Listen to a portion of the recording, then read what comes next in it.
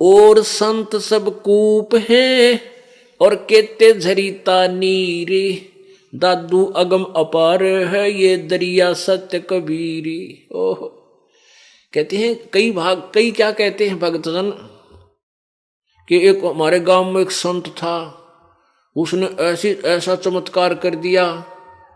हमारे वहां एक बाबा जी था, उसने ऐसा कर दिया। और कहते हैं उन्होंने ऐसा चमत्कार कर दिया। तो उसके विषय में क्या बताते हैं कि जैसे भगवान विष्णु जी, भगवान शिव जी, श्री राम जी, श्री कृष्ण जी, ये भी राम हैं, ये भी साहब हैं, ये भी शक्ति युक्त हैं, ये भी मालिक हैं कुछ क्षेत्र के, और इनमें भी शक्ति है मिलती जुलती भगवान वाली। अब जैसे भगवान श्री कृष्ण जी अर्थात विष्णु जी ने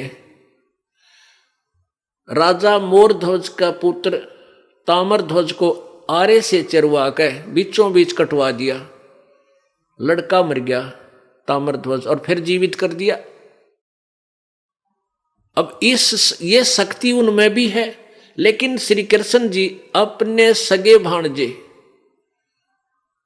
अभिमन्यु को जीवित नहीं कर सके, जो कि महाभारत के युद्ध में प्रथम दिन मृत्यु को प्राप्त हो गया और पांडवों का कुल नाश हुआ था।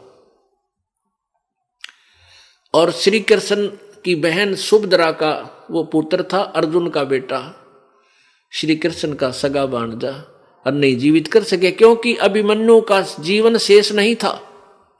उसका इतना ही जीवन था, इतनी श्वास थे, और मोरध्वज के पुत्र ताम्रध्वज का जीवन शेष था, श्वास शेष थे, आयु शेष थी, इसलिए वो उसको जीवित कर सके। अब ऐसे तुलना कर रहे हैं दादू साहब, और संत सब कूप हैं केते झरीता नीर, दादू अगम अपार है ये दरिया सत्य कबीर। जैसे कुछ तो ऐसे संत समझो थोड़ी बहुत राहत देते हैं, जैसे कुआं होता है, वो कुआं एक परिवार का काम चला सकता है, 2 परिवारों का काम चला सकता है सिंचाई में, जैसे ट्यूबवेल लगा लिया या वैसे। और केते झरीता नीर, जैसे झरना बहता है, वो कुछ क्षेत्र को राहत दे सकता है, बस वो भी दे सकता है राहत, लेकिन कुछ क्षेत्र को।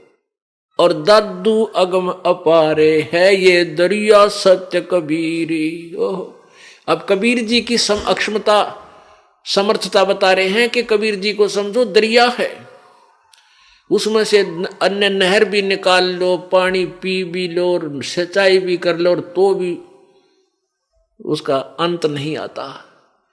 तो ऐसे समर्थ ये कबीर जी हैं। अपने आत्मा जब हमारे को